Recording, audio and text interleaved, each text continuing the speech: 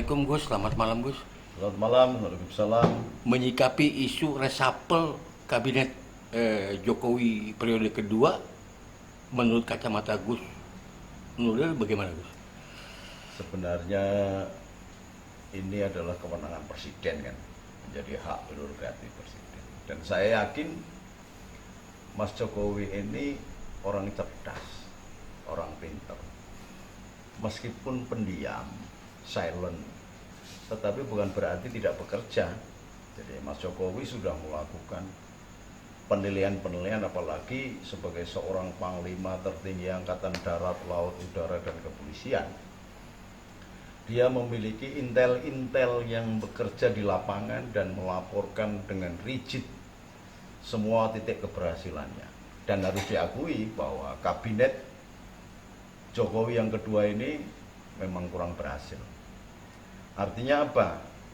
Kabinet yang dibentuk oleh Mas Jokowi untuk yang kedua ini kabinet banci. Artinya menteri-menterinya berkelit menutup kelemahan-kelemahan dan ketidakmampuan, ketidakpecusannya di dalam menjalankan program masing-masing kabinet itu dengan bersembunyi di balik Jokowi. Akhirnya Jokowi lah yang akan mendapatkan penilaian buruk di mata rakyat atau di mata para pemimpin. Bahwa selama ini bisa ditutupi dengan buzzer-buzzer yang itu tetapi hati nurani seseorang pasti akan terpanggil. Bahkan terhadap Mas Jokowi sendiri akan merasakan bahwa gerak kabinetnya selama ini kurang maksimal. Ada beberapa hal yang karena dibentuk kekuasaan ini dari partai pelangi, sehingga banyak tuntutan-tuntutan dari partai itu untuk meminta jatah kursi-kursi di kabinetnya Jokowi. Berkaitan dengan menteri tidak boleh memakai visi dan misi menurut Gus. Nah inilah makanya karena sudah yang pertama kali banyak jatah yang harus dibagikan kepada koalisi pelangi ini, membuat gerak kereta yang bernama Negara Kesatuan Republik Indonesia ini kurang laju. Ditambah lagi merasa nyaman para menteri pemimpin kabinet itu dengan jargon yang selama ini disampaikan pada pemilu presiden. Pada saat itu Mas Jokowi mengatakan tidak ada visi menteri, tidak ada misi menteri, yang ada visi dan misi presiden. Nah, sehingga ketika kemudian menemukan beberapa menteri yang tidak bekerja, hanya nepeng saja, maka rakyat mempersalahkan kepada Jokowi. Maka pada bulan Ramadan ini, ketika bulan di mana kita muhasabah, kok Mas Jokowi memanfaatkan hasil perenungan kontemplatifnya atas jalannya pemerintahan negara yang baik, maka sangat tepat kalau Mas Jokowi harus mulai mengancang-ancang, melakukan reward and punishment. Dan ini di setiap manajemen modern, apalagi sebuah negara, itu sangat penting. Kalau kemudian menteri-menteri tidak mampu menjabarkan visi misi presiden, kemudian bermalas-malasan saja, layaklah untuk melakukan reshuffle. Dan itu tidak haram kok melakukan reshuffle. Jadi bukan berarti bahwa menterinya tidak mampu, barangkali menterinya kurang pas duduk di situ.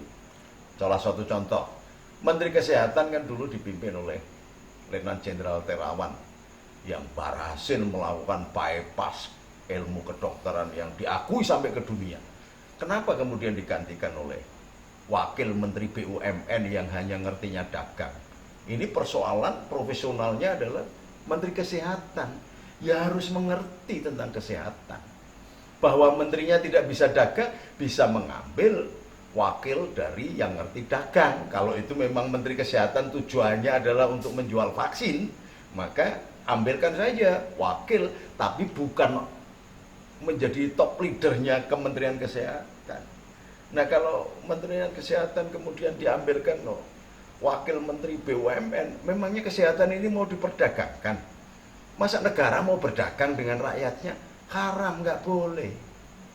Nah ini salah satu diantaranya.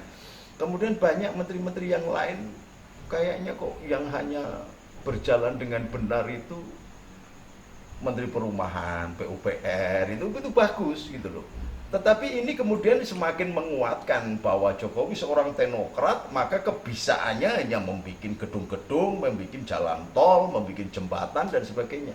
Yang lain, Jokowi mendapatkan tugas amanat penderitaan rakyat, dan Jokowi harus mampu membaca bahasa batin orang yang dipimpin, bahwa Indonesia dan kabinet terakhir Jokowi ini harus mampu mengaplikasikan bangunlah jiwanya, bangunlah badannya. Tidak hanya skala prioritaskan yang utama kepada badannya saja, memang ini berkaitan dengan jiwanya, tetapi tolong sudah mulai pembangunan yang bersifat kohesivitas, Mas. Artinya adalah bahwa selama ini diakui atau tidak diakui, negara sudah terpecah. Satu kelompok kadrun, kelompok kampret, yang satu kelompok kecebong dan kodok.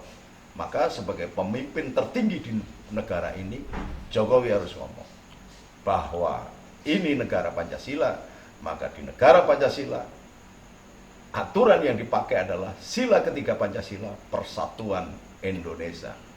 Persatuan Indonesia tidak menisbikan kelompok kadrun dan kampret, juga tidak menisbikan kelompok kecebong dan kodok. Kalau saya harus ada kebersamaan dan keberanian Mas Jokowi dan Prabowo ngomong bersama, kita saatnya berangkulan. Bukan hanya memberikan lambang, memberikan kesempatan Mas Prabowo menjadi Menhankam, kemudian persoalan itu selesai. Enggak, ternyata kelompok-kelompok yang dibangun oleh di belakang Mas Prabowo ternyata masih menyisakan kelompok-kelompok yang ekstrim-ekstrim dan melakukan tindakan intoleran, bahkan teror. Maka ini Mas Prabowo kalau memang benar mendukung Jokowi, maka harus satu kata untuk keselamatan bangsa: hilangkan bekas luka yang menganga dari divide and impera, entah dari mana datangnya itu, untuk kembali mempersatukan bangsa Indonesia, satu bangsa, satu bahasa, satu negara Indonesia. Kalau ini dilaksanakan, maka baru kita bisa melakukan musyawarah dengan baik.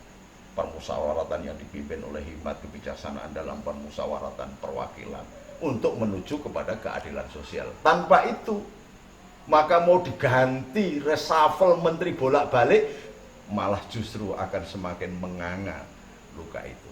Jadi esensinya reshuffle penting, tetapi mempersatukan bangsa dan negara jauh lebih penting. Kalau teror bisa diatasi oleh Densus 88 dan selama ini kerjanya sangat bagus, intelnya sangat bagus, kepolisian sangat bagus, tetapi ingat, ada perang yang bisa menghancurkan bangsa ini yang bernama bom perang saudara, dan ini harus diantisipasi.